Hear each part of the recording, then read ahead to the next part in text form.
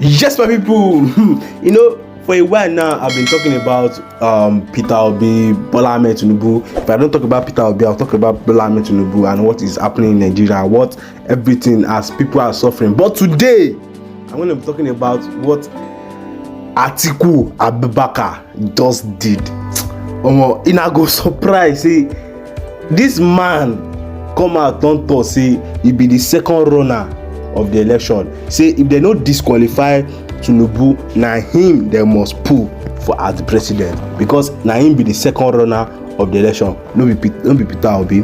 Say Peter Obi na the third runner. Say person got to follow the rightful procedure. People always stay connected to the end of this show. Say him na see wetin Atiku Abubakar wey he talk for him final address. How he talk am? The people na go phone himself. People, I'll be back. See you soon.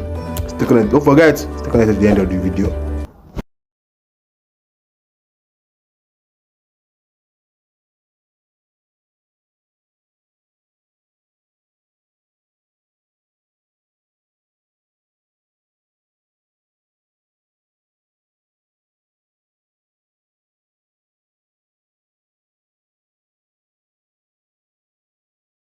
Hello my great and wonderful viewers, welcome you back to LAJUPOG TV show.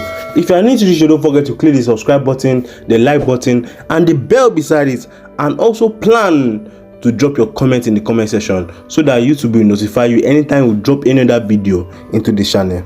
Yes my people, I hope say now know the PDP presidential candidate Atiku Abubakar. That man don't come out in his final address talk say na him they supposed elect as the next president, no Peter Obi. Say if they disqualify Bola Tinubu, na him they supposed put for the president for the position of the presidency.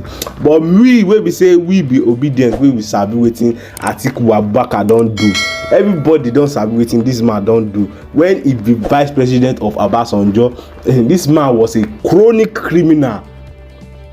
In criminalism self, he bring am worldwide. You know, we say he hide down for Nigeria. No, we say he put am for he put am on a low key like Bola Tinubu. He put am worldwide. Everybody they see am, will sabi am. Is don't forget say Atiku Abubakar is a fugitive of FBI. He's a fugitive of FBI. He's running a skater from FBI so that they no cash am, because he defrauded the United Arab Emirates. My people, wetin this man they talk for this video, for this analysis what I want to show you. For this final address, he go come out, come they laugh for this video, but in a comment section say, hey, this man self, he knows sabi who he be. He won't come run for president. These people are just coming to that position just for their own benefits. The plan will be say Atiku Abubakar one plan like this. He won't plan be say if you don't become president, they no fit arrest him again. See, he's already a president of a country. They won't come after him again. And waiting the plan. How many na stay connected at the end of this show? Me na see waiting this man wey they call Atiku Abubakar. Waiting they talk for this video. I go come out and appreciate me, say, this man self, you know what I'll be back. See you soon. In Atiku and PDP's final address, they are basically asking the court to answer 4 questions. 1. They want the court to determine if the return of Tinubu in the presidential election was not invalid based on the fact that the election was marred by gross violation of the Electoral Act, most especially the failure to upload and transmit the results by INEC. This would have aided collation officers at the ward level to verify results and compare the uploaded copies with hard copies of Forms EC8A before collation. Number 2, they want the court to determine whether Tinubu was lawfully declared and returned as the winner of the presidential election because he didn't score 25% of the total votes cast in the FCT as required by law. Number 3, they want the court to determine whether Tinubu was not disqualified under the provisions of the Constitution to contest the presidential election because of his criminal forfeiture of narcotics proceeds to the tune of $460,000 to the U.S. authorities, and his declaration of allegiance to another country, plus presenting a false certificate to INEC. Number 4, whether INEC was not wrong in returning Tinubu when he was not duly elected by a majority of the lawful votes cast in the election. Let's see their response to Tinubu's baggages first, because that's the one that interests many people.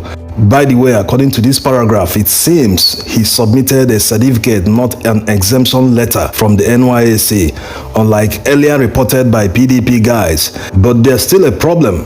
Who is Adekunle? Unless he changed his name sometime, is this really his? These baggages are becoming too heavy for one man. Anyway, in arguing their case for the disqualification of Tinubu, they cited the Supreme Court judgment of 2017 between Saleh and Abba. In that judgment, the Supreme Court disqualified Abba because he presented a forged certificate to INEC. We've made a video about this, but for those who didn't watch it, let's quote the inspiring words in the judgment. This court must take the lead in righting the wrongs in our society. If and when the opportunity presents itself, as in this appeal, allowing criminality and certificate forgery to continue to percolate into the streams, waters and oceans of our national polity would only mean that our waters are and will remain dangerously contaminated. The purification efforts must start now and be sustained as we seek as a nation to now change from our old culture of reckless impunity. Wow, impressive by the Honorable Justice who wrote this. These words correctly capture what is going on in Nigeria right now. The Honorable Justices, including those at the Appeal Court, should make sure that Nigerian waters must stop being dangerously contaminated by a culture of reckless impunity as expressed in this judgment. What more can Nigerians ask for? They are only asking and demanding that justice be done. Also of note is that two Supreme Court justices who were on the panel that delivered this judgment are still serving at the Supreme Court. Naturally, since this Tinubu's case is like what they have handled in the past, they should be appointed to the panel that will hear the appeal when it gets to the Supreme Court. But it all depends on the Chief Justice. That's his prerogative. He will decide who will be there or who will not be there.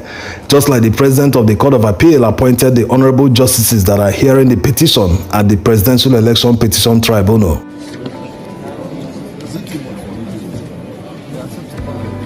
Now to Tinubu's forged certificate. Atiku's legal team asked the court to disqualify Tinubu because he forged his certificate, that the evidence they tendered in court remains unchallenged by the respondents, that they even avoided the question during the cross-examination of Atiku's witness. And we all know the implication of an unchallenged evidence. When one fails to counter an evidence, that means the court will take the evidence in consideration when deciding on the matter. Another thing to know is that Atiku actually subpoenaed INEC to produce the particulars that Tinubu submitted under oath when he was submitting his papers to INEC. So it remains an incontrovertible evidence. He submitted the documents to INEC himself. There's no room for the kind of excuse he made when he was governor in Lagos, when he found himself with the same issue of forging certificates and lying about schools he attended. While under investigation by the Lagos House of Assembly, he said that it was his associate that filled the form for him, but he appended his signature to the INEC form and under oath. What saved him then was the fact that Ganifa Umit sued the IGP so that the court will force him to investigate and charge Tinubu for perjury. But the Supreme Court on appeal held that Fawemi cannot force IGP to act, and besides, he can no longer be charged for perjury because of his immunity. This time around is quite different. No one is going for perjury. In fact, perjury is beyond the scope of the tribunal. What is at stake here is certificate forgery. Although Tinubu's counsel tendered his records from Chicago State University, it's still not relevant to the matter. Atiku got his copies from Chicago State University under subpoena, and as you already know, when compared to the one Tinubu submitted, they are quite different. Also, why is Tinubu blocking Atiku's new subpoena in the US? Yes, since the man has been trailed by certificate issues all his political life, the petitioners have the right to verify from the university themselves to know if the records he tendered actually came from them. Anyway, you can get more details in the video we made about Atiku's latest move in the US to get to the truth. And if Chicago State University eventually gives Atiku the records that he's demanding and it comes out negative, he can actually still tender them on appeal because it is new evidence.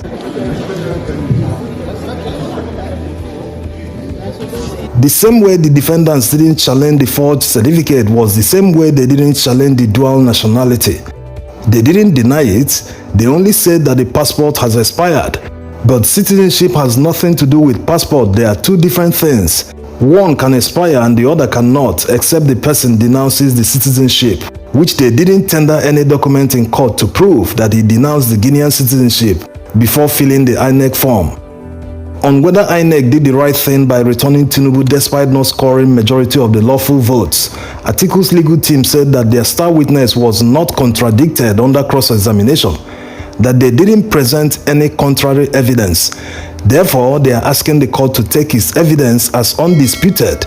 They went on to cite a Supreme Court judgment delivered in 1992 in the matter between Amadi and Nwosu. The Supreme Court held, "It is a settled principle of law that where an adversary or a witness called by him testified on a material fact in controversy in an issue, the other party should, if he does not accept the witness testimony as true, cross-examine him on the fact, or at least show that he does not accept the evidence as true.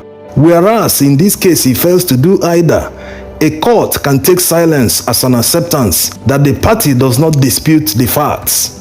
This is very logical. When the respondents told the petitioners to go to court to challenge the outcome of the election, it was expected that they will be waiting for them in court with all the evidence to prove that they won, that it wasn't by rigging, but that was not the case. In fact, going by what we've seen in court since the hearing began, maybe they are hoping to win by magic or by unseen hands under the table. They couldn't counter anything the respondents brought to court. Just like the petition of Allied People's Movement, they couldn't even read it properly to understand the reliefs they are seeking. The APM are saying that Tinubu's candidacy was rendered invalid the moment he failed to appoint a new VP candidate within 14 days after the withdrawal of the placeholder. But the respondents somehow felt that APM were talking about Shetima's double nomination. It has nothing to do with Shetima. They are just saying that Tinubu failed to appoint a new vice presidential candidate within the 14 days allowed by the Electoral Act. Very simple.